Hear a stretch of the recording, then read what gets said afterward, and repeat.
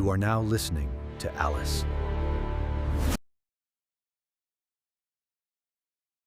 Chapter 3. The summer after graduation should have been a season of hope for Alice Norman. For most of her classmates, it was a time of freedom, a chance to explore the world beyond the small high school hallways that had caged them for years. But for Alice, it was harder to feel that hope. She carried her fears like an invisible backpack, heavy, always there.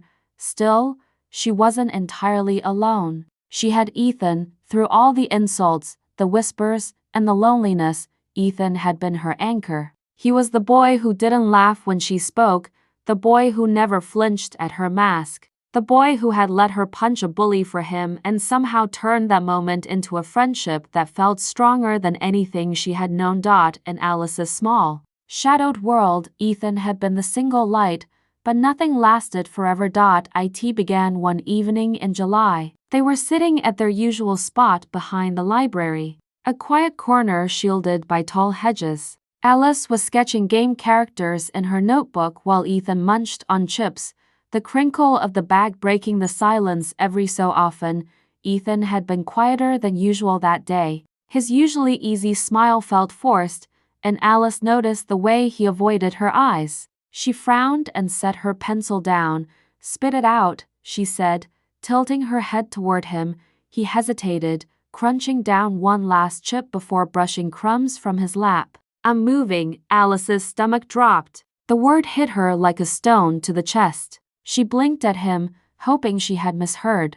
"Moving? What do you mean, moving?" "My dad got a new job. He's been offered a promotion, but it's in another state. We're leaving at the end of the month." The air went cold around her. Alice swallowed hard, trying to make sense of his words. The end of the month, just weeks away. She gripped her notebook tightly, her knuckles pale. "And you're just telling me now?" Her voice cracked despite her attempt to keep it steady. Ethan rubbed the back of his neck. "I only found out last week. My parents wanted to make sure everything was final before they told me."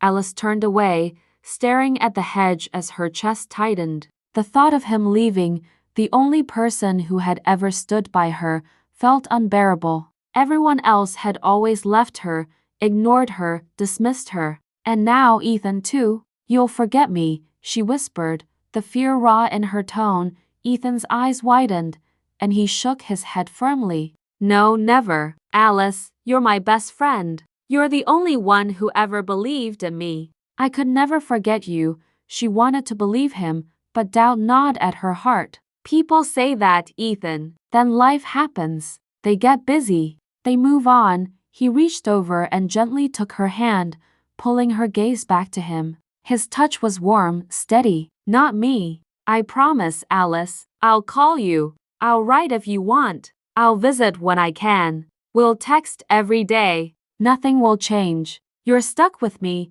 whether you like it or not." Alice's chest loosened just a little at his words, though a heavy ache still lingered. She searched his face, looking for any sign of hesitation, but all she saw was sincerity. Ethan had never lied to her. He had never made her feel small. "Promise?" she asked quietly. "Promise." He squeezed her hand. "I'll always be by your side, even if I'm miles away."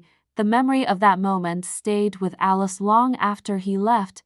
The last weeks of summer blurred together. They spent as much time as possible together, playing video games at her house, sneaking fries at the diner after dark, walking through the park, and laughing at nothing. Each day felt like a countdown to the inevitable. On the morning of his departure, Alice stood in the driveway of his house, trying to hide her tears behind her mask. The moving truck loomed large, boxes stacked like a wall between them. Ethan's parents bustled around, loading last-minute items, but for Alice and Ethan, the world had narrowed to just the two of them.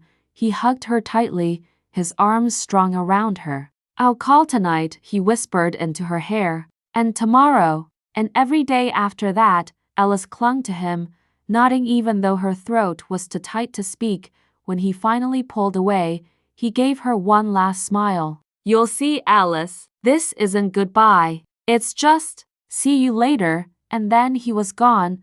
The first weeks weren't so bad. True to his word, Ethan called almost every evening. They would talk for hours about his new school, the latest games, and silly inside jokes that only they would understand. His voice through the phone was like a lifeline, a thread connecting her to the one person who mattered, but slowly the calls grew shorter. Then they became less frequent. A missed call here, a forgotten message there. He always apologized, always promised to do better, but each time it happened, Alice felt the thread fraying. By the third month, the call stopped altogether.